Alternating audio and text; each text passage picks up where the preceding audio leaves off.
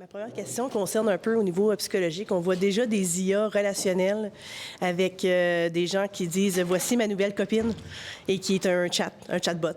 Je me demandais, dans le fond, à quel point il y a des choses côté éthique qu'on est capable de faire par rapport à ces genres de situations-là qui sont déjà là. Je pense aussi à des cas... c'est ça. Présentement, déjà aussi, il y a des discussions sur tout ce qui est informatique émotionnelle aussi, là, la captation par toutes sortes de senseurs possibles de comment est-ce qu'on pourrait se sentir émotionnellement dans nos sentiments et que ça soit collecté comme données puis utilisé dans des systèmes. Ça me fait juste réfléchir sur des possibilités. Là, Replica, qui est une compagnie qui fabrique une espèce de compagne virtuelle, tu sais. Il y a une veste... Il y a une espèce de veste qui existe aussi qui peut donner des câlins C'est vraiment de se demander, pour que cela fonctionne, c'est déjà entraîné sur des données, tu sais. Et ensuite, comment nous consentons ou nous ne consentons pas ou nous ne sommes même pas conscients que nous avons consenti à ce que des données viennent nourrir ces formes de systèmes-là et qui sont monétisées pas par des OBNL la plupart du temps, tu sais. Mettons ça de côté, puis les usages qui seraient fort sympathiques, c'est qu'il n'y a pas assez de psychologues, il n'y a pas assez de psychiatres, il n'y a pas assez de soutien psychologique dans nos sociétés. Et pourquoi ne pas réfléchir à des usages comme de ChatGPT en santé, tu sais, pour pouvoir créer du dialogue qui permet d'avoir du soutien? Et ça, il y a des articles scientifiques qui sont en train de se produire là-dessus. Je n'ai pas pris de position, là, je sais juste que ça existe. On est vraiment dans une situation où est-ce qu'on va ramasser des miettes ou bien est-ce qu'il y aura des usages qui vont se faire, qui, par exemple, en psychologie ou pour des psychiatres, où ça peut devenir un outil d'assistance, du soutien moral, du soutien psychologique, et que ça, c'est fait d'une manière qu'on peut tous se dire « ouais, on est d'accord avec ça », tu sais. Mais tous les autres trucs peuvent sembler faire du bien aux personnes qui l'utilisent de manière individuelle, sauf que l'impact que ça a sur une société en général, sur les patrons relationnels, tout ça, est quelque chose qui dépasse largement l'offre du produit et sa consommation par le client. Bien, je pense qu'on est dans la même situation un peu que l'idée du tuteur personnalisé ou non. Puis en même temps, bien, il existe, en tout cas, moi j'ai entendu parler de cas de figure d'adolescents, par exemple, qui utilisent des IA conversationnelles, un peu à la façon dont peut-être une autre génération a utilisé le journal intime, en étant très conscient qu'il s'agit d'un robot.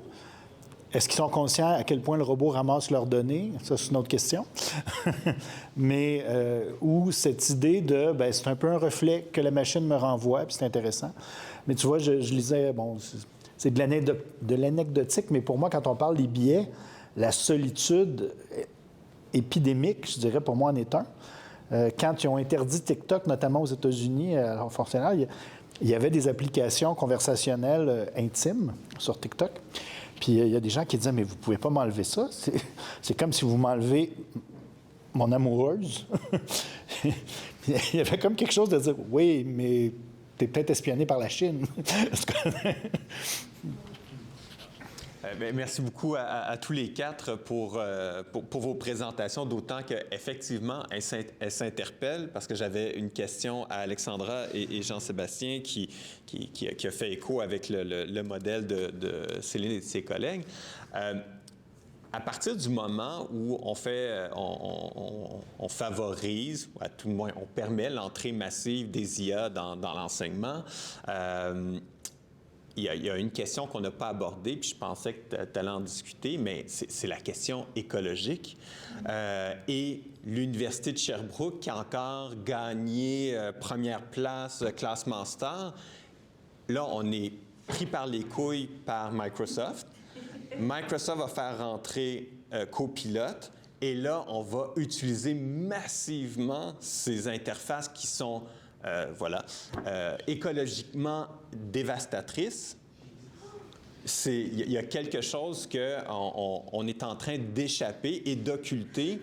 On l'avait l'impact. Oui, je savais très bien que vous ne l'aviez pas trop loin. Donc, puis la question, elle est indirectement posée à vous, mais qu'est-ce que vous entendez à la direction par rapport à bien, qu'est-ce qu'on fait de notre positionnement vert si on ne prend pas en compte l'impact dévastateur des IA sur le plan écologique? Puis je t'avais posé la question en privé, Absolument. Jean-Sébastien, fait que c'est pour ça que... Absolument, mais puis t'es pas le seul. Ça fait quelques personnes qui me la posent. Puis ben, tout ce que je peux faire, moi, c'est de leur faire remonter en haut puis de dire, écoutez, ça fait quelques enseignants à qui je parle puis qui me disent, politique de développement durable d'un côté, votre énoncé de principe qui en tient plus ou moins compte de l'autre, qu'est-ce qu'on va faire avec ça?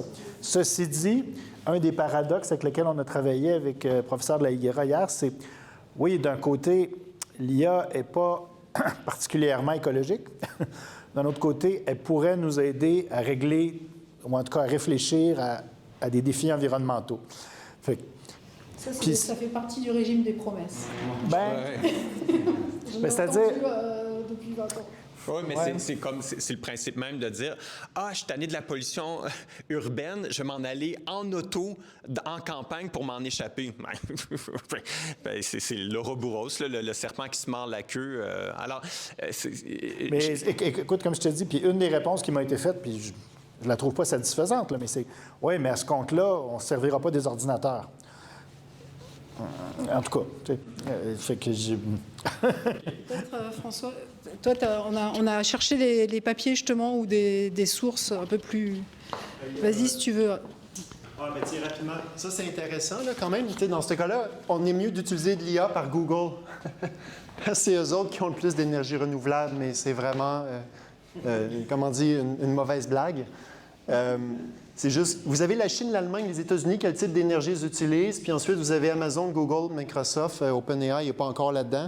Sauf que encore là, c'est que on les attribue à eux, mais c'est plus compliqué parce qu'ils font de la sous-traitance sur leur infrastructure. Puis OpenAI, ils ont sous-traité avec une compagnie qui leur ont fait des serveurs de GPU et tout. C'était pas à eux, tu sais. Et les impacts sont au-delà des émissions de gaz à effet de serre, tu sais. Le refroidissement avec l'eau fait que ces serveurs-là, selon vous, sont où? Dans le nord du Québec, où il y a des lacs à pu finir, puis qui sont toujours frettes en plus? Non. Ils sont aux États-Unis, dans des endroits où la sécheresse est vraiment grave. Et les réservoirs d'eau qui sont utilisés, l'eau, elle refroidit comment? Elle passe de la phase liquide à la phase gazeuse. Bref, ça épuise les réserves d'eau. Ensuite, il y a des endroits où c'est concentré de manière urbaine. Le bruit, il devient un inconvénient solide pour les citoyens, etc.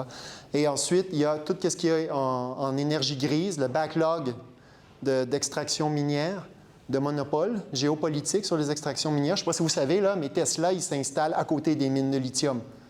En Abitibi, Tesla n'a pas encore mis son usine, mais aux États-Unis, leurs usines là, sont à quelques kilomètres des mines de lithium.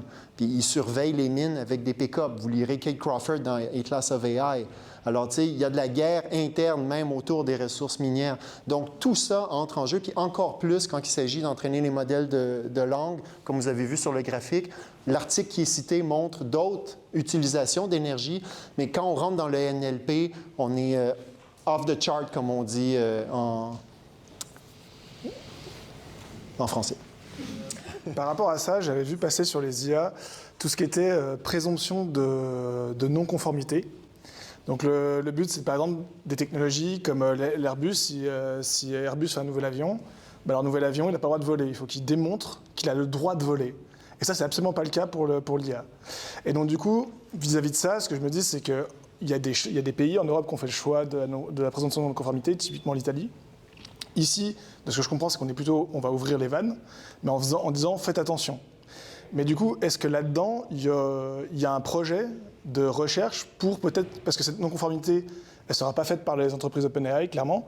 Donc, est-ce que l'Université de Sherbrooke, il y aurait une démarche justement de faire ce travail de recherche parce que vous ouvrez les vannes, et pas seulement faire de la prévention ou de la réflexion sur cette thématique-là, pour pas arriver sur des problématiques typiquement comme les réseaux sociaux où on est à 15 ans après, on se rend compte que ça a changé notre société, notre manière de communiquer de façon drastique, sans retour en arrière, quoi.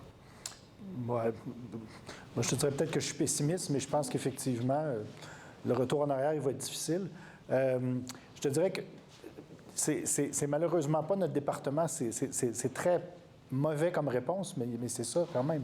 C'est-à-dire que nous, notre rôle, c'est vraiment de soutenir le personnel enseignant dans le fait que c'est là et que une des choses que Colin de la Higuera disait hier, c'est l'embêtement, c'est que si on décide d'interdire, dans le fond, on sait que les jeunes vont s'en servir tout de même et on n'aura pas donné l'accompagnement qu'on souhaite pour peut-être amener vers des utilisations éthiques, responsables et tout ça.